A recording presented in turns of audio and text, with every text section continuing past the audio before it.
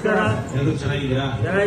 ವಿಶೇಷವಾಗಿ ಇವತ್ತು ನಮ್ಮ ಒಂದು ಜನಸ್ನೇಹಿ ನಿರಾಶ್ರಿತ ಆಶ್ರಮದಲ್ಲಿರುವಂತಹ ದೇವ್ರ ಮಕ್ಕಳ ಜೊತೆಯಲ್ಲಿ ಆರ್ ಮಂಜಣ್ಣ ಅವ್ರದ್ದು ಜನ್ಮದಿನ. ಹಾಗಾಗಿ ಅರ್ಥಪೂರ್ಣವಾಗಿ ಸರಳ ರೀತಿಯಲ್ಲಿ ಅವರ ಹುಟ್ಟುಹಬ್ಬನ ಆಚರಣೆ ಮಾಡಬೇಕು ಅಂತ ಹೇಳಿ ಎಲ್ಲ ಅವರ ಅಭಿಮಾನಿಗಳು ಸ್ನೇಹಿತರು ಇಲ್ಲಿ ಬಂದಿದ್ದಾರೆ. ಸೊ ಅವರಿಗೆ ದಯವಿಟ್ಟು ಜೋರಾಗಿ ಒಂದ್ಸತಿ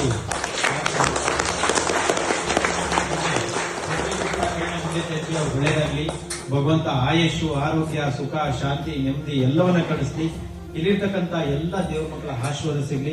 ಮತ್ತೊಮ್ಮೆ ಮಗದೊಮ್ಮೆ ಅವರಿಗೆ ಜನ್ಮದಿನದ ಹಾರ್ದಿಕ ಶುಭಾಶಯಗಳು.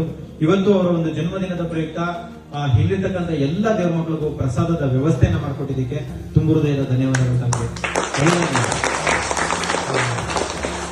ಮಂಜಣ್ಣ ಅವರ ಜನ್ಮದಿನವನ್ನ ಇವರೆಲ್ಲರ ಮನೆಯ ಹಬ್ಬದ ರೀತಿಯಲ್ಲಿ ಆಚರಣೆ ಮಾಡ್ತಾ ಇದ್ದೀರಾ. ತುಂಬಾ ಸಂತೋಷ ಆಗುತ್ತೆ. ಮಾಜಿ ಶಾಸಕರು ಮಂಜಣ್ಣ ಅವರಿಗೆ ಭಗವಂತ ಆಯುಷು, ಆರೋಗ್ಯ, ಕೀರ್ತಿ, ಸಂಪತ್ತು ಎಲ್ಲವನ್ನ ಕಳಿಸ್ಲಿ. ದೇವ್ರು ಒಳ್ಳೇದ್ ಮಾಡ್ಲಿ. ಜೊತೆಗೆ ನಮ್ಮ ಆಶ್ರಮದ ಬಗ್ಗೆ ತಾವು ಏನ್ ಹೇಳಕ್ ಇಷ್ಟಪಡ್ತೀರಾ ಸರ್? ನಮಸ್ಕಾರ.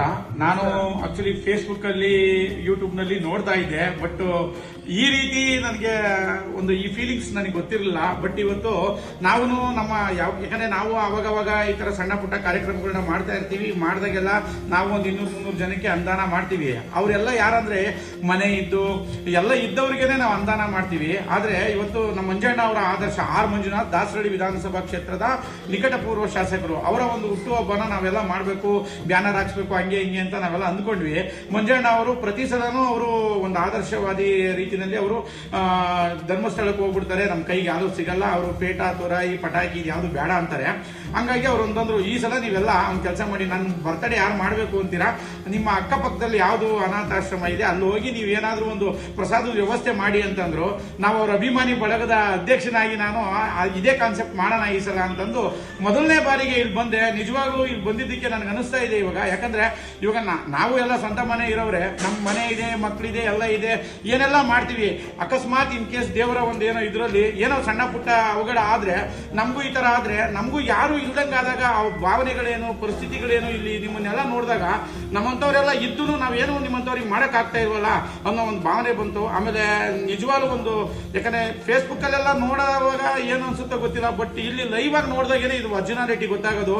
ಯಾಕಂದ್ರೆ ನಮ್ಮ ಮನೆಯಲ್ಲಿ ಒಂದು ನಮ್ಮ ಸ್ವಂತ ತಂದೆ ತಾಯಿಗೆ ಒಂದು ಊಟ ಹಾಕ್ಬೇಕು, ಒಂದು BP ಶುಗರ್ ಮಾತ್ರೆ ತರಬೇಕು ಅಂದ್ರೆ ಕೆಲವರಿಗೆ ನೋವಾಗುತ್ತೆ. BP ಶುಗರ್ ಮಾತ್ರೆ ಕೊಡ್ಸೋದಕ್ಕೇನೆ ನೋವಾಗುತ್ತೆ.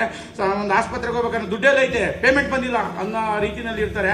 ಬಟ್ ನಿಮ್ಮಂತ ಇಷ್ಟೊಂದು ದೇವರ ಮಕ್ಕಳನ್ನ ನೀವು ಯಾರು ಅನಾಥರಲ್ಲ, ನಾವು ಇರೋವರೆಗೂ ಅನ್ನೋ ಒಂದು ಕ್ಯಾಪ್ಷನ್ ಇಟ್ಕೊಂಡು ಜನಶ್ರೀ ಯೋಗೇಶ್ ಅವರು ಇವ್ರು ಮಾಡ್ತಾ ಇರೋದು ನನಗೆ ತುಂಬಾ ಹೆಮ್ಮೆ ಅನಿಸ್ತು, ಮತ್ತೆ ಗೌರವ ಅನಿಸ್ತು.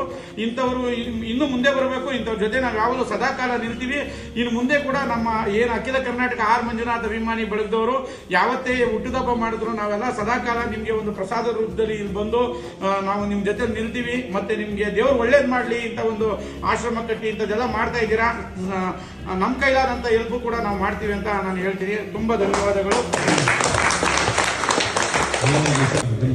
Happy birthday to you.